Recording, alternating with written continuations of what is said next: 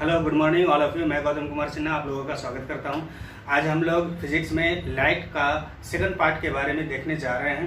First part में हम लोग लाइट के बारे में पढ़े थे, आखिर है क्या, और nature of light and dual nature of light के बारे में हम लोग देखे थे, ठीक है। और कुछ इंपॉर्टेंट फैक्ट के बारे में भी देखे थे।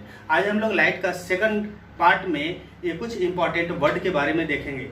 और ये वैसे छोटे छोटे वर्ड हैं जो आगे reflection of light and refraction of light में यदि मैं पढ़ाऊंगा तो उसमें बहुत ज़्यादा से ज़्यादा ये वर्ड यूज होंगे। तो वो सब वर्ड को यदि हम लोग पहले से ही जानकारी यदि रखते हैं तो आगे बहुत काम देगा। और ये सब ऐसे छोटे छोटे वर्ड हैं जो आप लोग भी जानते होंगे ये सभी के बारे में। फिर भी एक बार हम लोग इसका रिवाइज कर लेते हैं कि आखिर ये सब वर्ड है किस तरह का, ठीक है। सबसे पहले इंपॉर्टेंट वर्ड में लाइट का कुछ इंपॉर्टेंट वर्ड है। क्या क्या है? सबसे फर्स्ट पॉइंट में मैं लिखा हूँ प्रकाश का स्रोत के बारे में, कि प्रकाश का स्रोत है कहाँ से, सोर्स ऑफ लाइट के बारे में।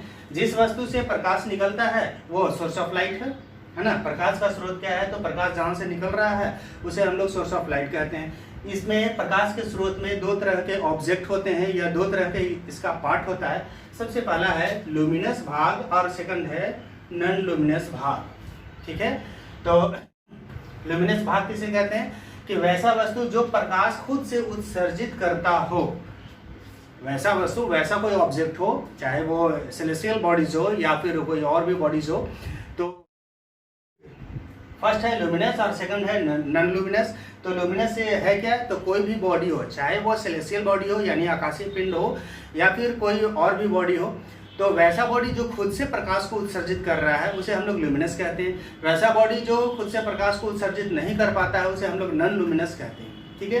तो लुमिनस बॉडी में आ जाता है सूर्य और नॉन लुमिनस में आ जाते हैं जो उत्सर्जित नहीं कर सकता है, जैसे टेबल हो गया, बेंच हो गया, कुर्सी हो गया, है ना। तो ये सब जो है नॉन लुमिनस है। तो एक बार फिर से कि लुमिनस किसे कहते हैं? वैसा वस्तु जो खुद से प्रकाश को उत्सर्जित कर सके, और नॉन लुमिनस किसे कहते हैं? जो प्रकाश को उत्सर्जित न कर सके, ठीक है। तो ये हो गया प्रकाश का स्रोत के बारे में हम बताएं, यानी सोर्स ऑफ लाइट के बारे में। अब कुछ और भी है पॉइंट्स, उसको देख लेते हैं। सबसे पहले प्रकीर्णन यानी स्कैटरिंग ऑफ लाइट, ये क्या है, ठीक है। तो प्रकीर्णन के बारे में मैं क्या लिखा हूँ कि प्रकाश की किरणों को यदि कण अवशोषित कर ले और फिर उसे चारों ओर विकिरित यदि करे तो उसे स्कैटरिंग ऑफ लाइट कहा जाता है, यानी कि प्रकाश का प्रकीर्णन कहते हैं। कहने का ये मतलब है कि प्रकाश जो है वो किसी भी वस्तु पे पड़ता है, और कोई भी वस्तु कोई भी पार्टिकल का जरूर है कि बना हुआ होता है। हम लोग ऐसा जानते हैं कि जितनी भी वस्तु है वो किसी न किसी पार्टिकल का बना हुआ होता है, ठीक है। और यदि वह वस्तु का जो पार्टिकल है, जो कण है, वह प्रकाश के कुछ भाग को, कुछ ऊर्जाओं को यदि वो एब्जॉर्ब कर लेता है और एब्जॉर्ब करने के बाद में वही प्रकाश की किरणों को यदि चारों तरफ वह फैलाता है तो उसे हम लोग स्कैटरिंग ऑफ लाइट कहते हैं, ठीक है, यानी प्रकाश का प्रकीर्णन। एक बार फिर से मैं बता रहा हूँ कि स्कैटरिंग ऑफ लाइट यानी प्रकाश का प्रकीर्णन क्या है। तो यदि प्रकाश की किरणों को यदि कोई भी कण अवशोषित कर ले और फिर उसे चारों ओर विकृत कर दे यानी फैला दे तो उसे हम लोग प्रकीर्णन कहते हैं, ठीक है। नेक्स्ट पॉइंट में है इंसिडेंट रे यानी आपतित किरण। रे इट मीन्स की किरण, और इंसिडेंट का मतलब आपतित। आपतित किरण के बारे में क्या मैं बता रहा हूँ? आपतित किरण के बारे में कि किसी भी सतह पर पड़ने वाले किरण जो होते हैं वो आपतित किरण होते हैं। जैसे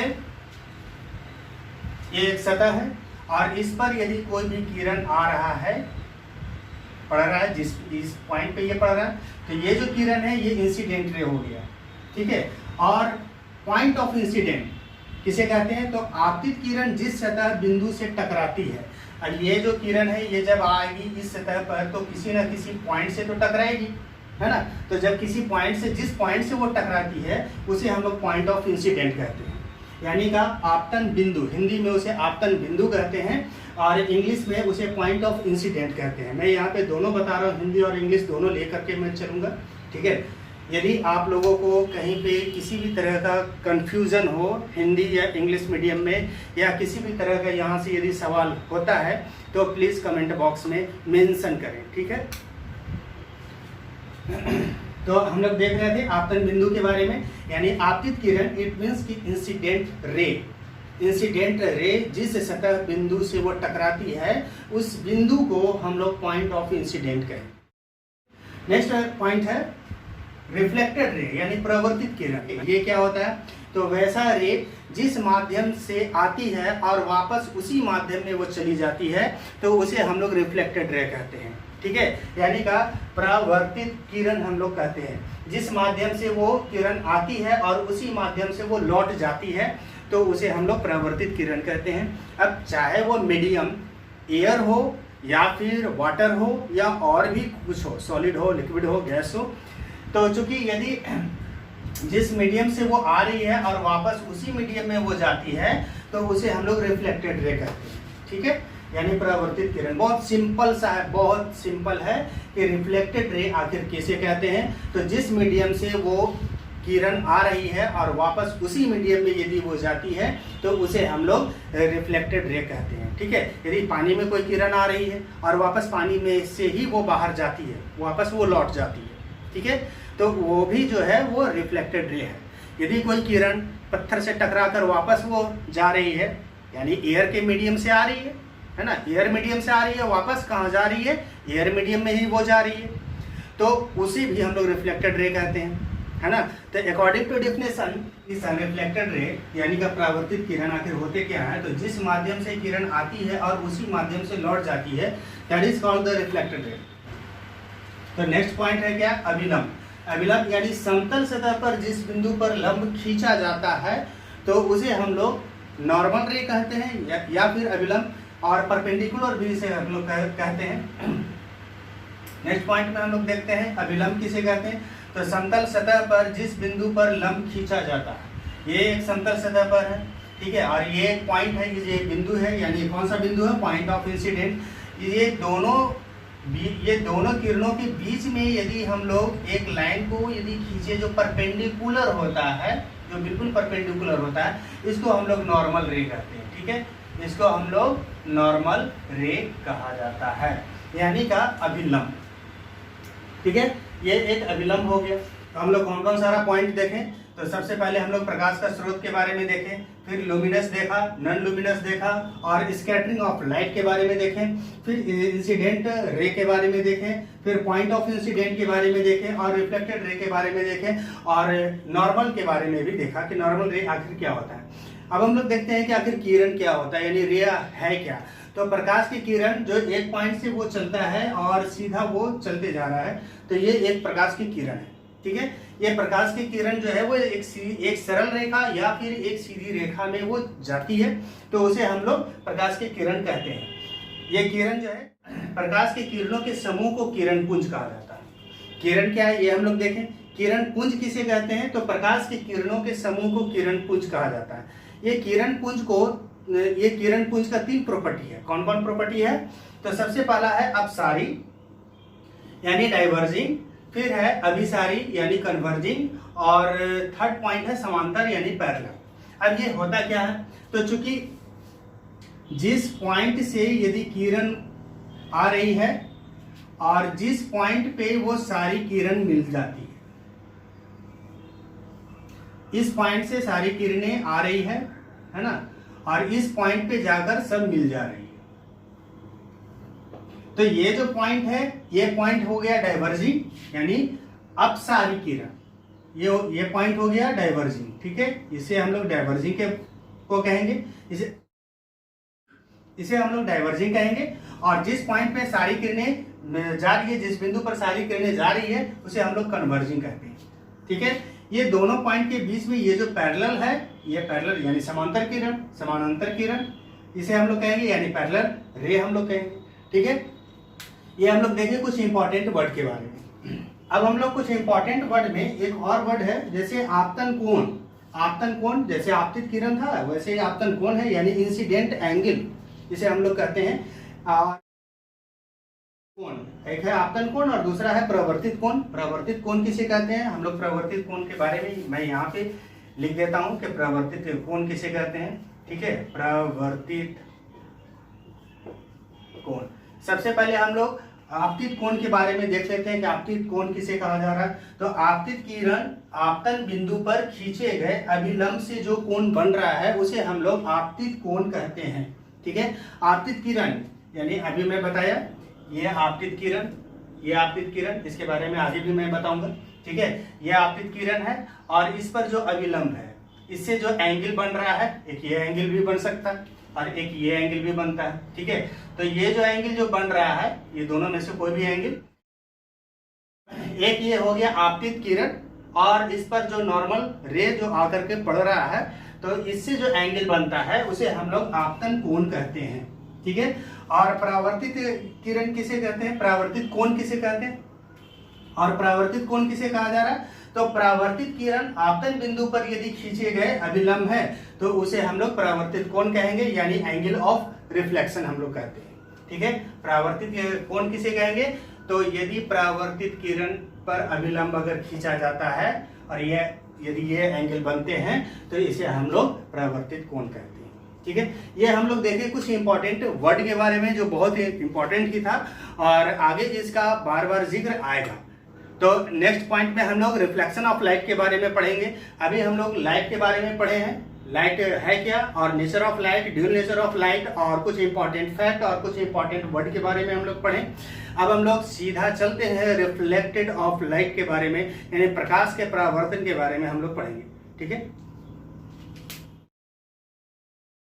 अब हम लोग देखते हैं नेक्स्ट पॉइंट है रिफ्लेक्शन ऑफ लाइट यानी प्रकाश का परावर्तन। ये बहुत इंपॉर्टेंट ये चैप्टर है।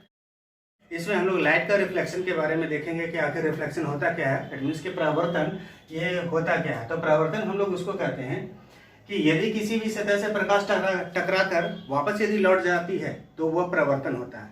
परावर्तन ये एक प्रकार का फिनोमेनन है। ठीक है, यानी कि ये एक प्रकार का घटना है, ये घटना घटती है, प्रकाश का ये एक घटना है जो किसी भी सतह से यदि वो टकराती है और वापस वो उसी मीडियम में यदि पहुंच जाती है तो उसे हम लोग परावर्तन कहते हैं। ठीक है, यानी एक बार फिर से कि परावर्तन में उसे कह रहा हूँ, परावर्तन का डेफिनेशन इस तरह से है कि प्रकाश का परावर्तन यदि किसी सतह से प्रकाश टकरा कर और वापस लौटने की जो घटना होती है उसे हम लोग परावर्तन कहते हैं। ठीक है, लॉ ऑफ रिफ्लेक्शन यानी इस परावर्तन के कुछ नियम है। क्या क्या नियम है, सबसे पहला में ये नियम है कि angle of incident and angle of reflection दोनों बराबर होंगे। ठीक है, क्या है, एंगल ऑफ इंसिडेंट और एंगल ऑफ रिफ्लेक्शन ये दोनों बराबर होंगे। अब हम लोग देखते हैं कि क्या है एंगल ऑफ इंसिडेंट।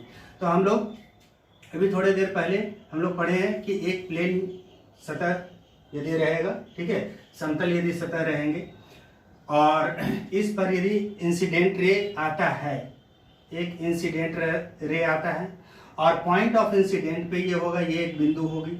ठीक है, और दूसरा एंगल ऑफ रिफ्लेक्शन यानी प्रवर्तित किरण जो बनाएगा और इस पर एक नॉर्मल होंगे यानी अभिलंब।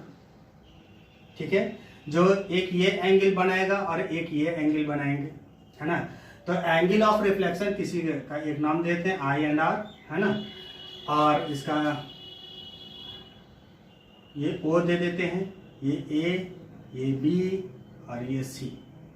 ठीक है, तो यहां से हम लोग कह सकते हैं कि angle of A O B, angle of incident ये इंसिडेंट एंगल और एंगल ऑफ रिफ्लेक्शन ये रिफ्लेक्शन एंगल यानी equal to angle B O सी।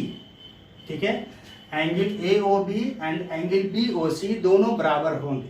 क्या है, angle of incident and angle of reflection both are equal. तो दोनों जो है वो इक्वल होगा, ये पहला नियम बताया गया। ऑफ इंसिडेंट और angle of reflection both are equal. ठीक है, यदि किसी भी प्लेन सतह पर आपतित किरण और परावर्तित किरण के द्वारा जो बनाया गया जो कोण है तो वो दोनों कोण बराबर होंगे, ये पहला नियम हो गया। सेकंड नियम के बारे में हम लोग क्या देखे हैं कि इंसिडेंट रे यानी आपतित किरण और पॉइंट ऑफ इंसिडेंट यानी आपतन बिंदु, ठीक है, और उस पर जो अभिलंब जो डाला गया है वो और रिफ्लेक्टेड रे सब एक ही समतल सतह पर होना चाहिए। तो दूसरा नियम भी यही चीज है कि एक समतल सतह पर आपतित किरण, परावर्तित किरण और इस पर जो डाला गया अभिलंब है सब एक ही बिंदु पर है ना। तो ये जो है दूसरा नियम हो गया। दोनों नियमों को हम लोग इसी फिगर में हम लोग समझ सकते हैं बहुत इजी वे में। सबसे पहला क्या है कि यदि आपतित किरण और परावर्तित किरण के द्वारा यानी angle of incident and angle of reflection, ये दोनों के द्वारा यदि जो एंगल बनाया जा रहा है वो दोनों एंगल जो है वो इक्वल होगा। और सेकंड पॉइंट में क्या है कि इस पर इंसिडेंट रे यानी आपतित किरण और आपतन बिंदु और परावर्तित किरण तीनों एक ही बिंदु पर होंगे, एक ही बिंदु पर है ना। तो ये हो गया लॉ ऑफ रिफ्लेक्शन का सेकंड लॉ। ये दोनों लॉ के बारे में बतला दिए, दोनों नियमों के बारे में कि क्या है, ठीक है। अब हम लोग इसके आगे देखते हैं प्लेन मिरर के बारे में कि प्लेन मिरर यानी समतल दर्पण ये क्या होता है। तो चूंकि प्लेन मिरर में परावर्तक सतह समतल होगा, यानी प्लेन मिरर में जो होता है परावर्तक सतह उसे कहते हैं जिससे प्रकाश टकराकर वापस जाए, ठीक है, वो हो गया परावर्तक सतह यानी प्लेन मिरर। तो परावर्तक सतह रिफ्लेक्टेड प्लेन हो गया। तो परावर्तक सतह से समतल वो होगा, जो परावर्तक सतह होते हैं वो बिल्कुल समतल होगा, आगे में बिल्कुल समतल होना चाहिए, ठीक है। और एक और धातु की ये लेप होता है, यानी आगे में बिल्कुल है कि प्लेन होना चाहिए और बैक साइड में जो है वो किसी न किसी चीज का लेप होना चाहिए। तो इंपॉर्टेंट वाली बात यह है कि वो किस चीज का लेप होता है, तो वो चांदी और पारे का लेप होना चाहिए, ठीक है, चाहे तो वो चांदी का लेप हो या फिर पारे का लेप हो। और इसमें प्रतिबिंब किस तरह से बनेंगे, तो इसमें प्रतिबिंब दर्पण के उतना पीछे बनेगा जितना आगे उसको रखा जाएगा, ठीक है। जैसे यदि ये एक प्लेन मिरर है, ये प्लेन मिरर है, ठीक है, इस तरह से। तो यदि वस्तु हम लोग 2 सेंटीमीटर की दूरी पर यहाँ पे रखते हैं तो इसके पीछे भी जो वस्तु का जो प्रतिबिंब बनेगा वो भी 2 सेंटीमीटर का डिस्टेंस पे ही बनेगा। तो यही बात यहाँ पे बतलाया गया, ये प्लेन मिरर का अपना एक गुण है ना, कि इसमें प्रतिबिंब जितना दर्पण के आगे रखा जाता है उतना ही दर्पण के पीछे इसका इमेज बनता है, प्रतिबिंब इमेज। इसका कुछ उपयोग है, यानी प्लेन मिरर का उपयोग कहाँ हम लोग करते हैं, तो प्लेन मिरर का जो उपयोग है वो उसे 3 जगह पे उपयोग किया जाता है प्लेन मिरर का। सबसे पहला है कैलिडोस्कोप और सेकंड है पेरिस्कोप और थर्ड जो है वो सिंपल है आईना में, जो हम लोग शक्ल देखने में उसका यूज करते हैं प्लेन मिरर का। तो थर्ड जो है वो आईना में ही उसका यूज किया जाता है।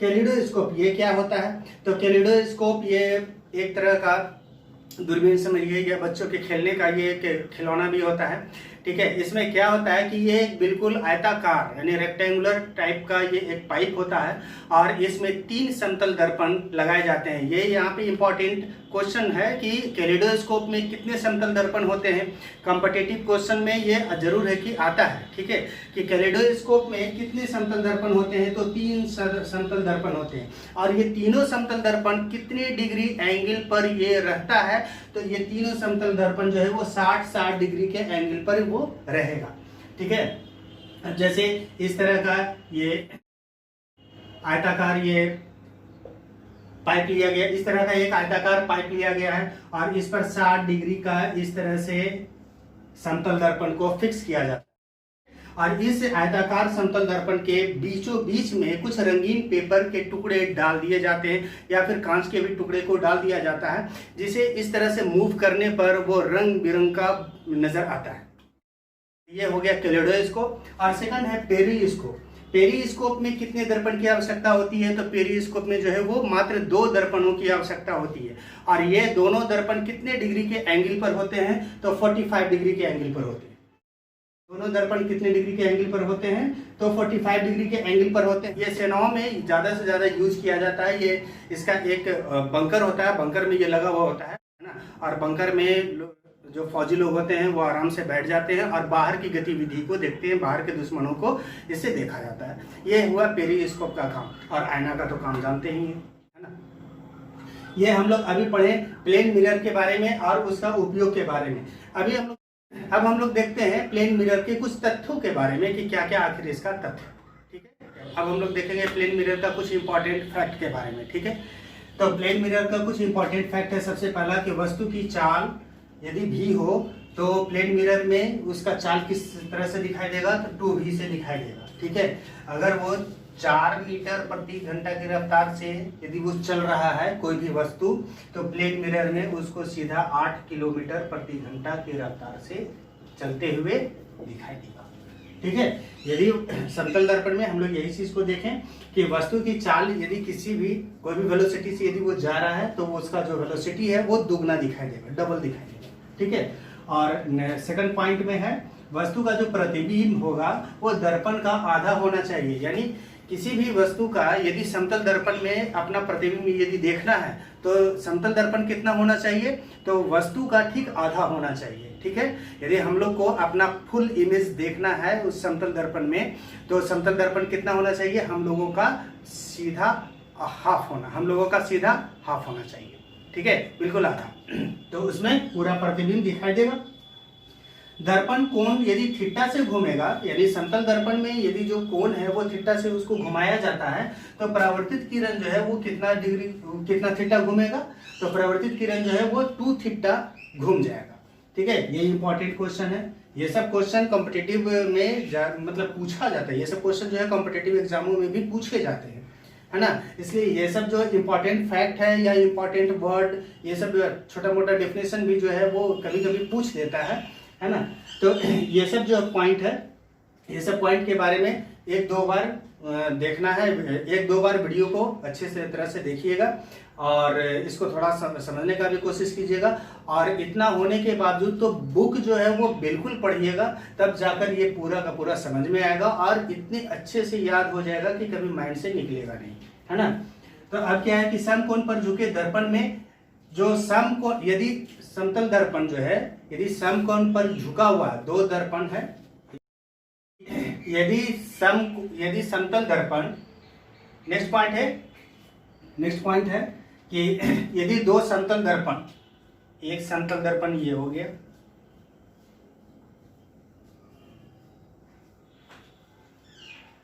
है ना, और दूसरा समतल दर्पण भी जो है वो इसका दोनों समकोण पर यदि बनाता है, समकोण एंगल यदि बनाते हैं इस तरह से 90 डिग्री का यदि एंगल बनाता है, ये दोनों समतल दर्पण ही है। और उसके बीच में यदि कोई वस्तु को रख दिया जाए तो कितना इमेज उसका बनेगा, उस समतल दर्पण में, दोनों समतल दर्पण में कितना इमेज बनेगा, है ना। ये भी क्वेश्चन जो है, ये भी क्वेश्चन कॉम्पिटिटिव एग्जामों में बहुत ज्यादा से ज्यादा पूछे जाते हैं। तो उस पर 3 प्रतिबिंब बनेंगे, ठीक है। इस पर जो है जो प्रतिबिंब बन रहा है, कितना प्रतिबिंब बनेगा, तो 3 प्रतिबिंब बनेंगे। 2 समानांतर दर्पण के बीच रखे वस्तु, इस पर कितना प्रतिबिंब बनेगा। अब है कि 2 यदि समतल दर्पण है, एक समतल दर्पण ये इस तरह से, और आमने सामने यदि इसको रख दिया जाए और बीच में यदि कोई वस्तु रख दिया जाए, तब कितना बनेगा इसमें प्रतिबिंब, तो इसमें अनंत प्रतिबिंब बनेंगे, है ना। थोड़ा सा का मात्र डिफरेंस है, ये 90 डिग्री पर है तो इसमें इमेज 3 बन रहे हैं, और यदि आमने सामने पैरेलल लाइन में यदि हम लोग इसको सेटअप कर देते हैं तो इस पर इमेज कितना बनेगा, अनंत बन जाएंगे। इस पर इमेज कितना बनेगा, अनंत बन जाएंगे, ठीक है। अब हम लोग देखते हैं कि थीटा के अनुसार जो प्रतिबिंब बनता है उसमें क्या फार्मूला होते हैं। यहाँ पे फार्मूला ये इंपॉर्टेंट है क्योंकि यहाँ से भी फार्मूला में कभी कभी पूछा जाता है, फार्मूला के अनुसार से भी एग्जामों में क्वेश्चन आ जाते हैं, है ना।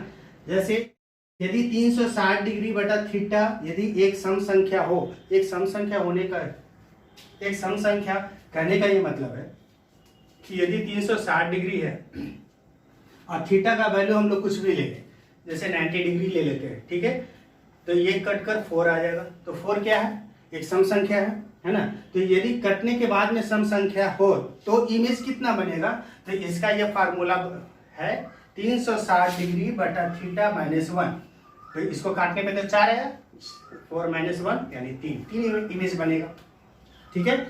एक बार फिर से मैं बता रहा हूँ कि थीटा के अनुसार जो प्रतिबिंब बनेंगे ये सभी का फार्मूला दिए हुए हैं, फार्मूला के अनुसार से ही हम लोग इस पर सेट करके और तब बनाते हैं, तब निकालते हैं कि कितना प्रतिबिंब बनना चाहिए। 360 डिग्री बटा थीटा है, यदि एक सम संख्या हो तो 360 डिग्री बटा थीटा माइनस 1, इसका ये एक फार्मूला है। और यदि विषम संख्या हो और कोण जो है वो संधिभाजक हो, संधिभाजक आप लोग समझ रहे हैं, ठीक है। यदि कोण जो है वो संधिभाजक हो तो उसका फार्मूला क्या है, 360 डिग्री बटा थीटा। यदि 360 डिग्री बटा थीटा एक विषम संख्या हो और कोण संधिभाजक यदि ना हो तब उसका फार्मूला क्या है, तो 360 डिग्री बटा थीटा माइनस 1, है ना। यहाँ पे -1 ध्यान दीजिएगा, -1 दोनों में है, तो दोनों में है, तो हम लोग इसको क्लियर कैसे करेंगे। सबसे पहले है 360 डिग्री बटा थीटा, इसमें सम संख्या है और इसमें विषम संख्या है, ठीक है। इसमें सम संख्या है और इसमें विषम संख्या है। तो सम संख्या अगर सम संख्या रहेगा तो ये फार्मूला, विषम संख्या रहेगा तो भी यही फार्मूला लगेगा, लेकिन इसमें संधि भाजक नहीं होना चाहिए, है ना। इसमें क्या है, संधि भाजक नहीं होना चाहिए। तो ये अभी हम लोग पढ़े प्लेन मिरर के बारे में। अब इसके आगे हम लोग स्फेरिकल मिरर के बारे में पढ़ेंगे, गोलीय दर्पण के बारे में देखेंगे, और गोलीय दर्पण को कितने भाग में डिवाइड किया गया है, उसमें किस तरह से प्रतिबिंब बनता है, क्या उसका उपयोग होता है, उसके बारे में देखेंगे। तो इस तरह से हमारा यह वीडियो आप कम से कम 2 बार 3 बार देखेंगे और किताब का भी सहारा लेंगे तो आपको ये लाइट चैप्टर जो है बहुत आसान लगेगा। और जो भी इसमें पॉइंट आउट किया गया है वो उम्मीद करता हूं कि वो बहुत जल्द ही आप लोगों को याद भी आएगा और समझ में भी आएगा, ठीक है। तब तक के लिए धन्यवाद। मैं नेक्स्ट वीडियो बहुत जल्द बनाकर लाऊंगा।